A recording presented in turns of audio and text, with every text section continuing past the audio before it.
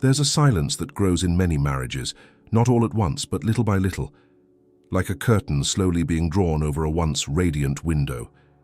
You see the couple at the dinner table, the children long gone, and though their mouths move, something else speaks louder: detachment. But what if I told you this growing distance isn't just a result of routine or time, but of the subconscious, of unspoken desires and unmet needs that Freud argued we bury beneath duty, expectation, and fear? What if the truth is that many women don't suddenly fall out of love, but rather awaken from a trance they were never warned they'd entered? As women age, something transformative happens. No, it's not just about hormones or changing bodies.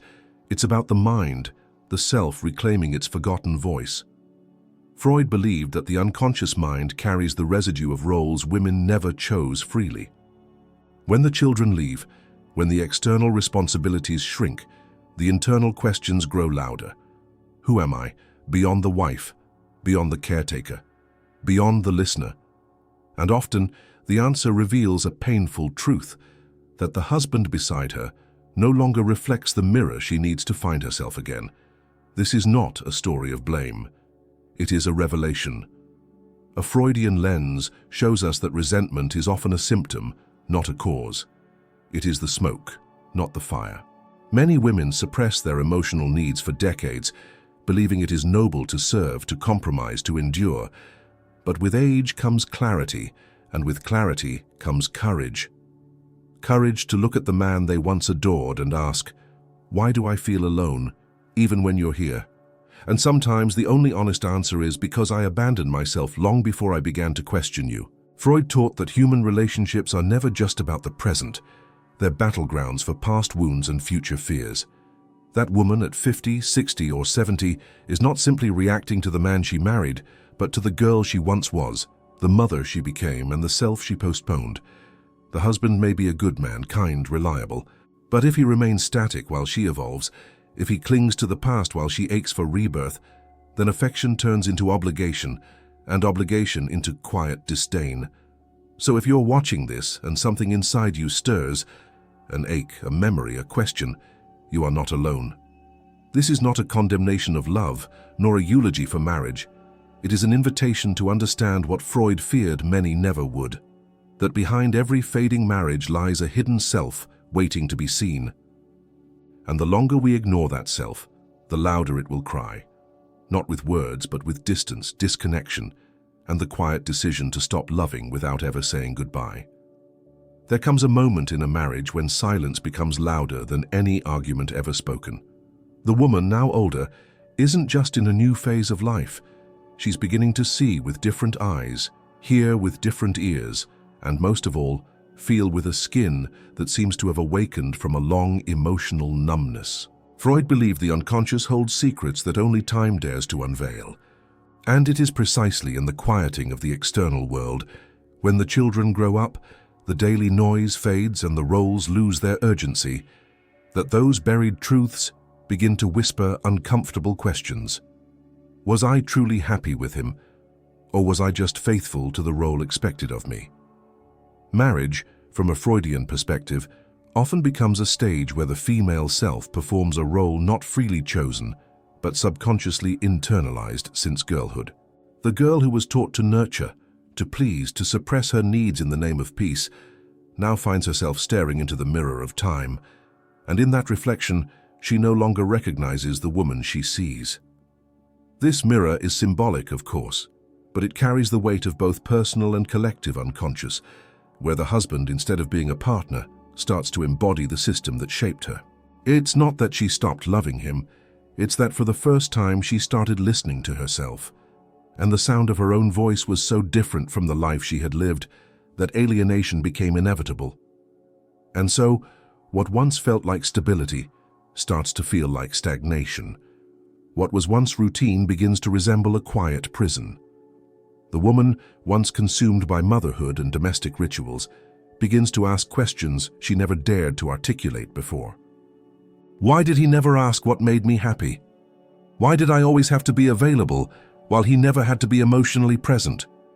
Freud wrote that all repression returns, And that's what this phase of life brings: the return of repressed desires, buried needs, quiet frustrations, not as outbursts but as emotional withdrawal, a slow and silent unraveling. But this detachment is not only about the other, it is an internal scream. It is the woman for the first time in decades allowing herself to feel anger, not just toward her husband, but toward the younger version of herself who accepted so little out of fear of losing everything. It is grief over the self she abandoned.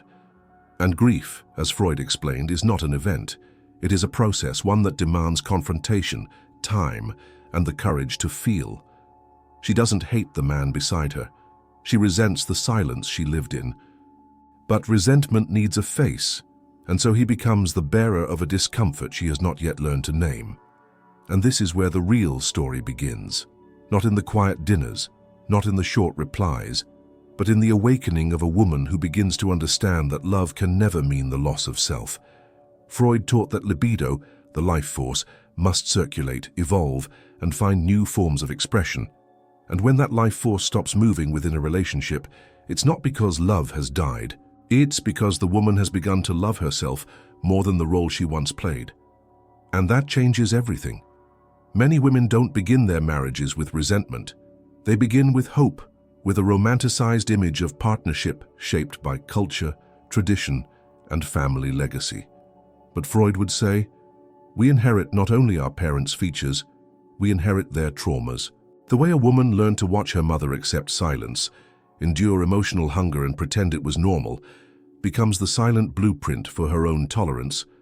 She doesn't question her dissatisfaction because she was taught that love requires sacrifice and that a good wife is the one who endures.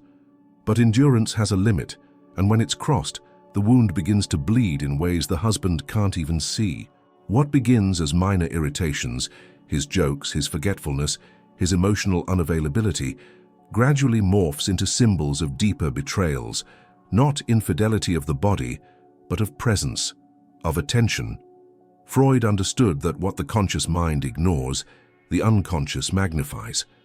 A man's distraction at dinner becomes to the unconscious a repetition of every moment she was emotionally neglected, and that repetition, when seen through the lens of years, becomes unbearable.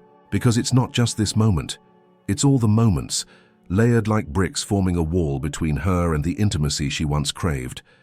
This wall is rarely built overnight. It rises with every unmet need, every unspoken dream, every swallowed emotion. And it becomes thickest when she finally realizes that he stopped being curious about her long ago. Freud emphasized that love dies not in arguments, but in indifference. When a woman feels unseen, unheard, unstudied, she stops sharing. Not as revenge, but as protection. She doesn't want to be vulnerable in front of someone who stopped looking. And without vulnerability, intimacy dissolves. What remains is a domestic contract, one that keeps the roof intact, but leaves the soul cold. The man, confused, often believes nothing is wrong. After all, the chores are done, the children are grown, the bills are paid. But that's the great illusion. For the woman, life is no longer about duties, it's about meaning. And Freud warned us, when people no longer find meaning in their roles, they unconsciously seek to destroy or abandon them. That's why many women begin to emotionally detach, not because they are cruel or unstable, but because their inner world is crying for something that the relationship no longer offers.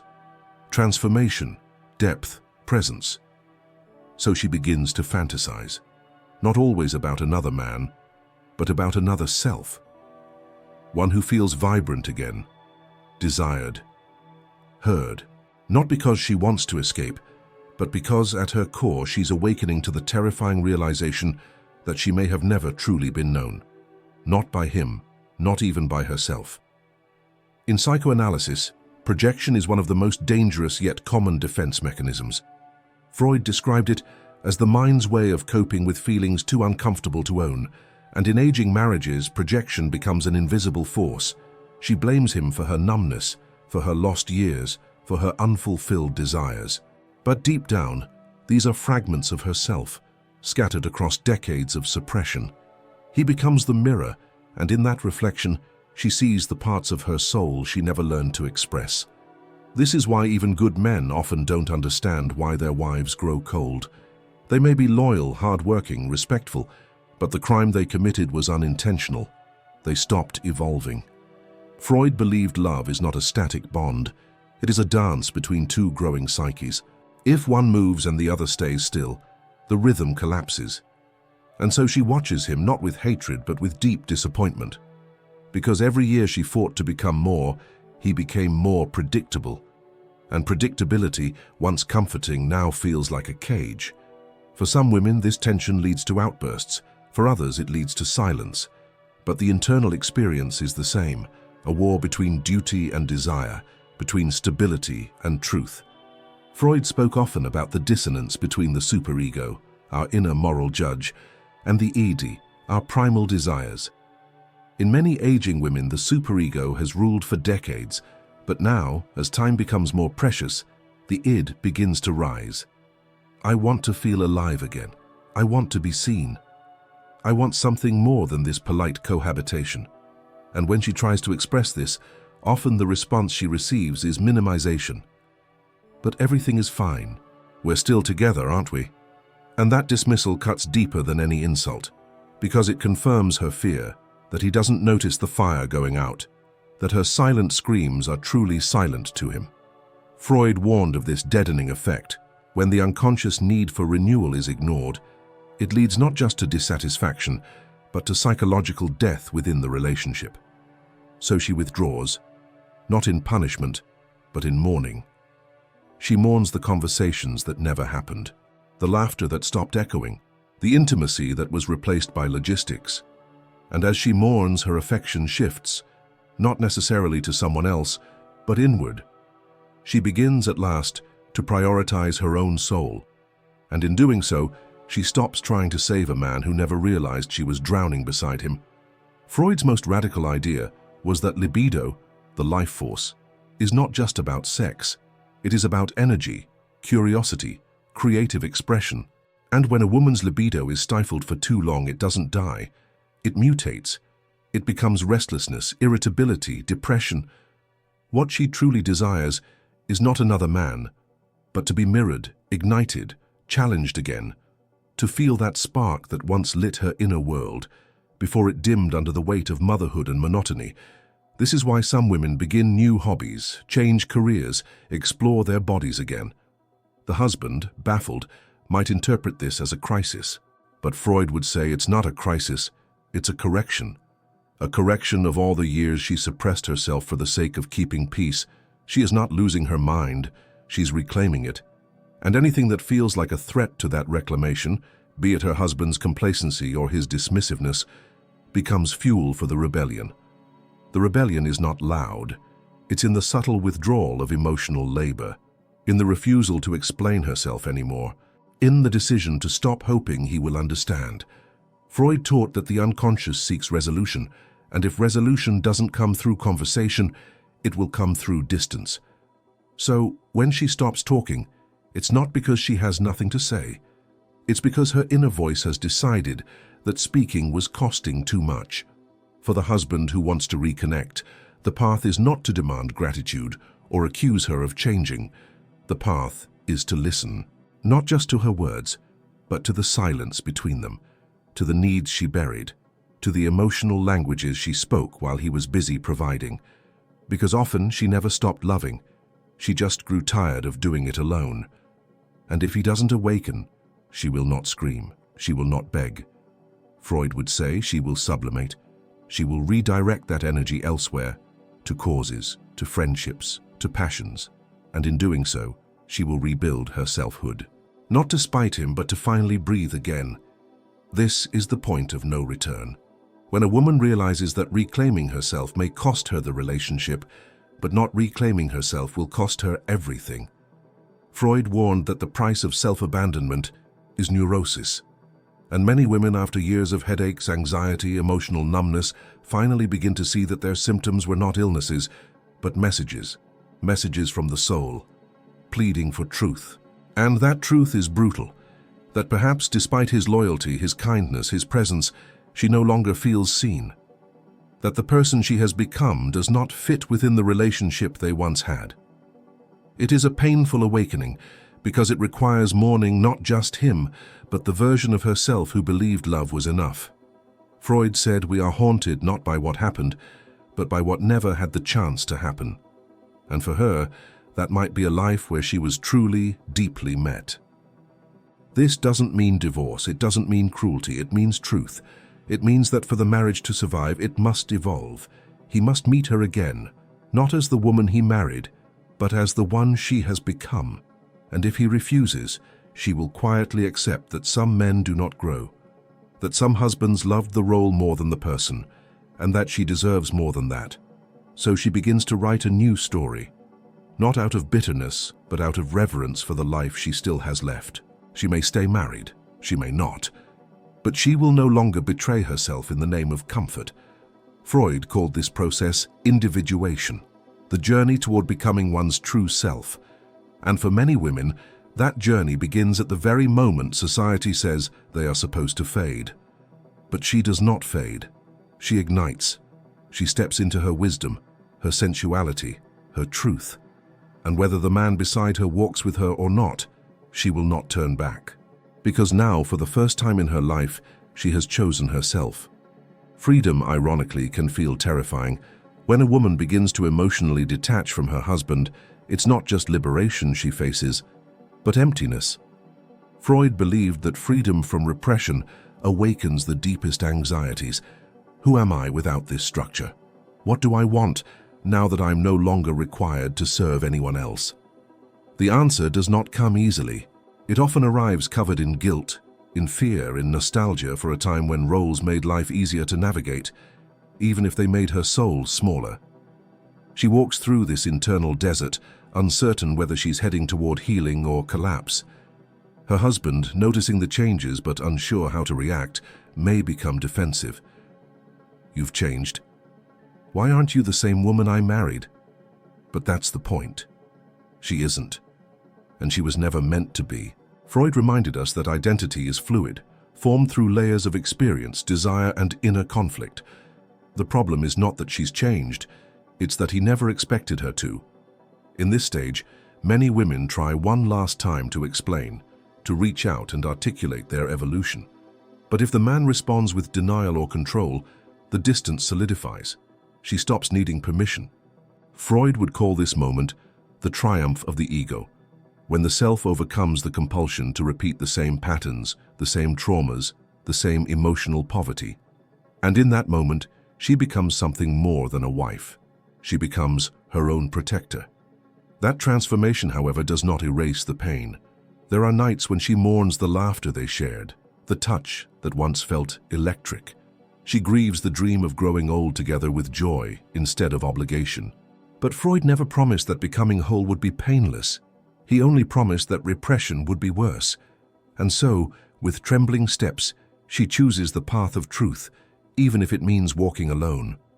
And in this loneliness, a new kind of strength is born. She discovers that peace doesn't come from being understood, but from understanding herself.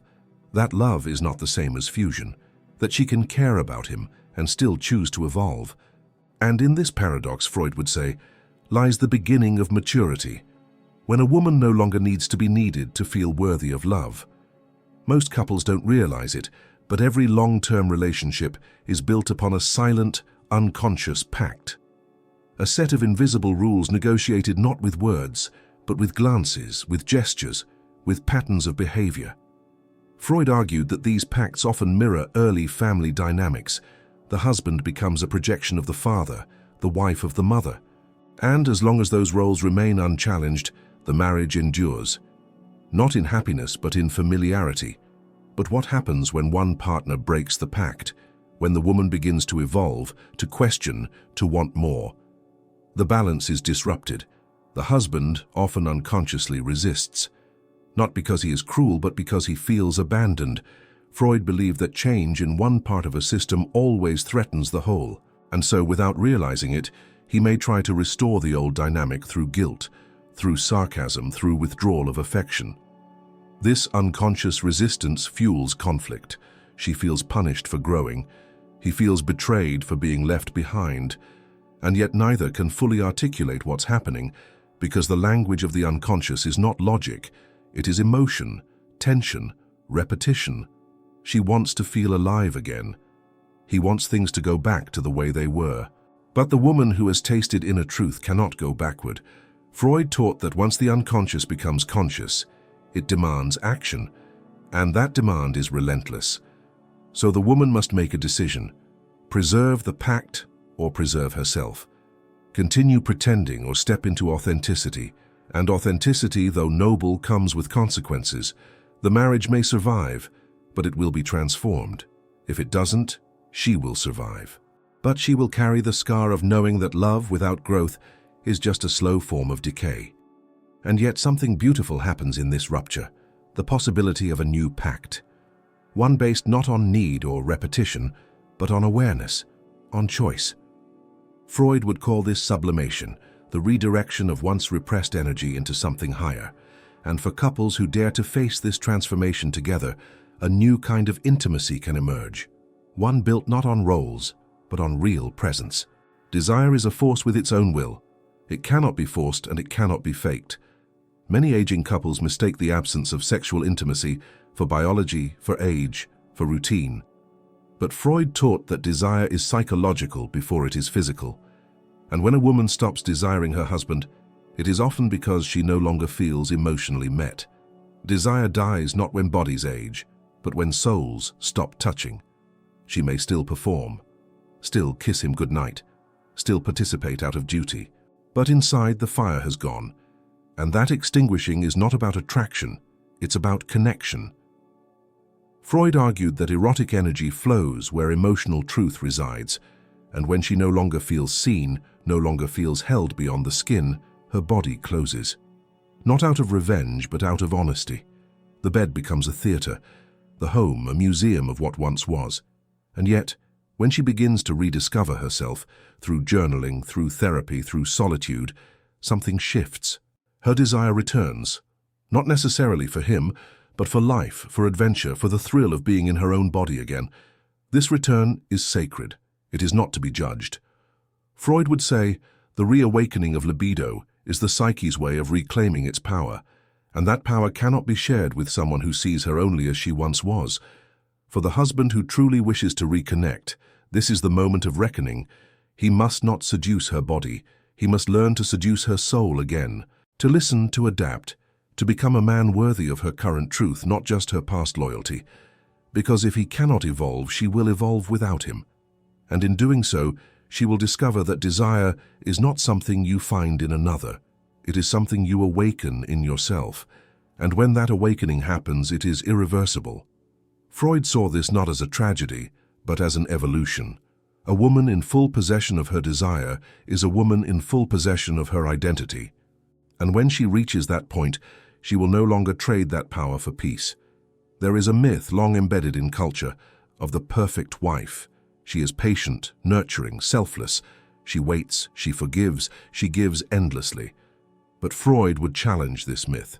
He would say, there is no virtue in repression. There is no health in the erasure of the self. And many women now in their 50s, 60s or 70s begin to realize that the role they played was never real. It was a survival strategy. They were never just wives. They were poets, thinkers, sensual beings. But they buried those parts to be loved, to be accepted, to be safe. And now as the illusion crumbles, grief sets in, not only for what was lost, but for the years spent pretending. Freud called this mourning work, the painful process of letting go of an ideal that was never meant to last. This grief, however, is transformative. It breaks the chains of expectation. It gives birth to the true self. And that self, once awakened, demands a new kind of love, one that sees her complexity, her edges, her fire. The perfect wife dies. The real woman emerges, and she no longer needs to be small to be loved. For the man who can embrace this realness, a new chapter is possible, one where both can meet as equals, not as roles, but as raw, evolving beings. But if he cannot, she will not return to the role. She has tasted truth, and truth once known cannot be unlearned. And so, the myth ends. not in bitterness, but in liberation. Freud would say, when repression ends, life begins.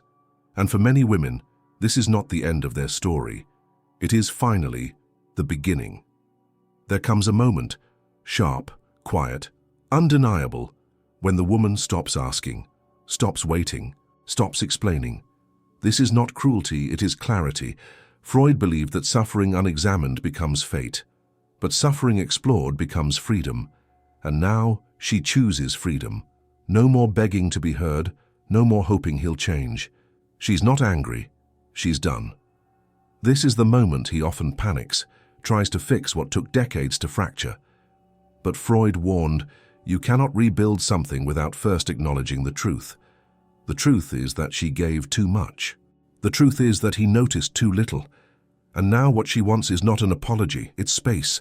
Space to remember who she is, space to feel whole again.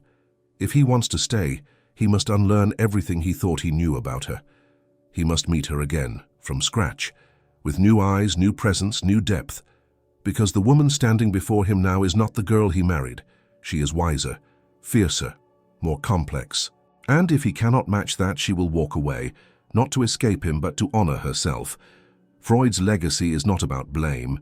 It is about understanding the unconscious forces that shape our lives.